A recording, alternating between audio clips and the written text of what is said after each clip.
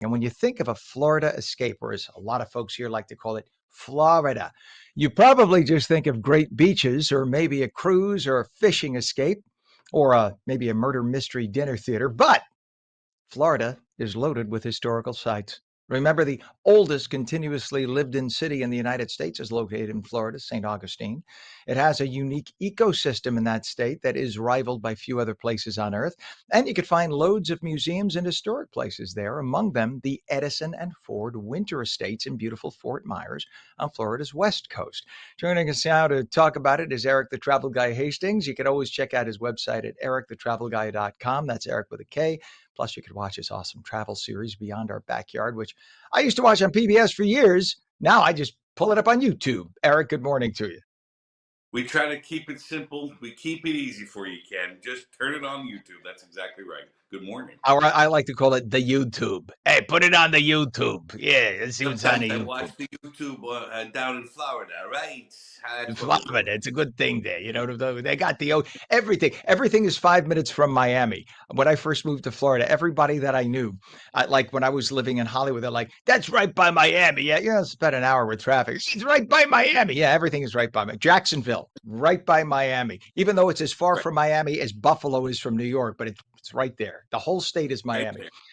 Anyway, tell us, look at the beautiful Ford, the Edison and Ford Winter Estates. So I'm guessing it's named after Thomas Edison and not Gerald Ford. But the wrong Ford. You see people falling out the front door if it's Gerald Ford. you know, again, Ken, you and I have had this discussion many times before. This happens a lot to me, where somebody says, "This happened a few days ago. I was just down there over the past weekend." Said, "Oh, let's go to the Ford place." I was like, "The what place?" I had no idea it existed. Now, and again, you show up to this, well, which is now an open museum, open to the Right. public. You can actually, you can actually go and see Edison's lab, one of his labs that he worked in, and his entire crew. And it's preserved, it's there. You can walk the grounds, you can see how these two, had fun together, talked together. And again, this is just one of these examples. You may not know this, Ken, but I started doing travel. It seemed like 100 years ago, but a long time ago. And one of the first places we went, I'm not going to tell you where it is just yet, okay? Because we show up at this museum and we're walking through it, and it was wonderful. And we come around the corner, and my guide says, and here is Abraham Lincoln's chair that he was assassinated in Wow. at Ford's Theater. And I was like, I'm sorry, what?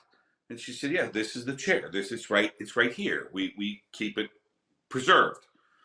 And I was totally blown away by the fact that we as a country kept that chair. And that Mhm. chair resides at the Henry Ford Museum outside of Detroit.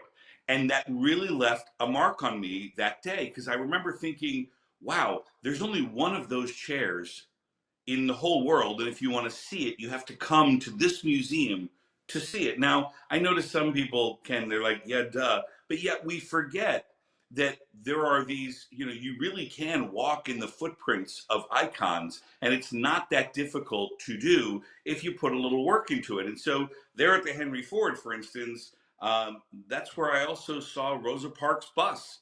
So, they brought her bus, preserved it, and now you can go on that bus and sit down with a docent and hear the story that was told and talk about that piece of history, and it's right there. Same thing with the JFK assassination vehicle. The very vehicle that he was assassinated in is kept there at the Henry Ford. So there's millions of examples of things like that, and that's what happened to me in Fort Myers. We showed up and toured the grounds and looked through this estate, and it was simply amazing. No, and the Fort Myers area is great. You're only half an hour away from Marco Island and Naples, and the city itself of Fort Myers is fantastic. It has everything to offer. A lot of people I know who don't want to, a lot of people in the years past, everybody from New York wanted to retire on the East Coast rather. Everyone wanted Right. Miami to Fort Lauderdale, but the congestion and the pricing and everything else, it's just too much. If you want to retire, okay, and I mean just a nice, sedate, easy lifestyle, the west coast of Florida is perfect. If you kind of want some of the hustle and bustle and the big city feel, stay in on the East Coast or where you're in the Orlando area. Orlando is Right. a big city with literally everything. If you want 20,000 restaurants, nightlife, murder Right. mystery dinner theater, it's all in Orlando. I'm trying to get as many in as possible. I said You're the that's best. like 14 boxes checked. You're the Um, best. I'm so, going to get a bill for this. I know I am. not yet, not yet. Down the line, but no, but there is. It's the West Coast is fabulous, and just to clarify, because I had to look this up, it's called the Edison and Ford Winter Estates because they were best friend or close friends. They were two there because I'm thinking, did they live together? Is there something we don't know about? It's two different estates side by side. They were friends from New Jersey, and so they decided to have homes like summer or winter getaway homes in Fort Myers side by side. So it's a whole complex, right? Yeah. And again, this is one of those experiences where again, it's summertime, it's Florida. I'm like, how much time are we going to spend outside? I have a lot of questions before I show up to some of these things. And yet my friend was like, listen, you're going to be fine. And you know what? They were right. We walked around. I would say we spent maybe an hour walking in and out around the estate. And then we spent another half an hour inside in air conditioning in the museum, which is also spectacular. And Mhm. so, again, it was the perfect size. It was the perfect post lunch. I think we went right before lunch and just had I mean, but again, I use that as an example because even the seasoned travel professional that I am supposed to be, uh, even me, I'm still surprised at how easy it was, how well done that museum was. And so, I would encourage people, you and I, Ken, we don't need an excuse to take vacation. We work hard enough and then we're like, yeah, we're going somewhere for no reason. You and I will go across town for pasta. Like, we don't care. But Totally. sometimes people need a little. So I say, what is it you're interested in? Because if you love Ernest Hemingway, well, why not go to the Hemingway house in Key West? Or, maybe you're an author person who they've documented where these authors used to hang out. You can go and walk and feel that presence, even if it's hundreds of years apart. I would encourage people to do that. Absolutely.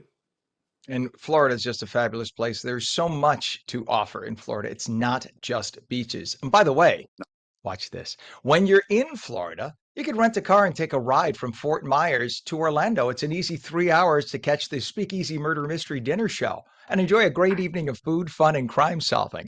How are things going with the show, by the way? Well, speaking of the show is going great.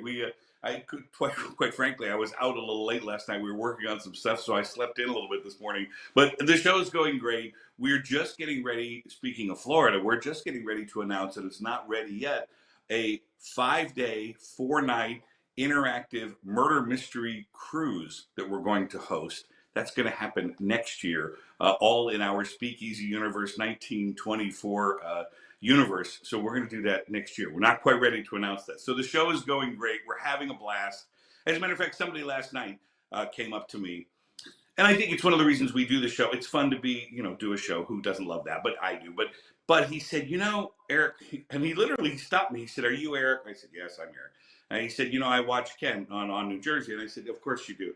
And he said, "No, he didn't say that." But he said, "I really love the fact that I felt like I was transformed into the 1920s era. Like I stepped in here and you really just whisked me away." And he was dead serious. This guy was like probably 60 years old, kind of a gruff guy. And he was like, I just loved it. So we love hearing things like that. Show's going very well. SpeakeasyMurder.com before you And ask. I can't wait. Listen, when you do the cruise with it, seriously, you should broadcast from the cruise. We'll put you on. We'll do interviews from the high seas with you. Now that you could do that I remotely, so I love that. Yes, we can. Absolutely. And you should go. Come on. You need to bring the whole show. We got to have you know that Pam my come. my We got husband Eric won't come. my husband won't let me take a cruise. I'll Give me tell his you phone. about that off air. I Give me have his phone never been number. allowed to. Okay, I've never been allowed to take a cruise because he had a bad experience when he was a kid. So here I'm 58 years old. I've never taken a cruise. Pam, our director, says she'll be there. So Okay. all right, Eric. Chris, Well, you know I no, love you like a we brother have from another mother.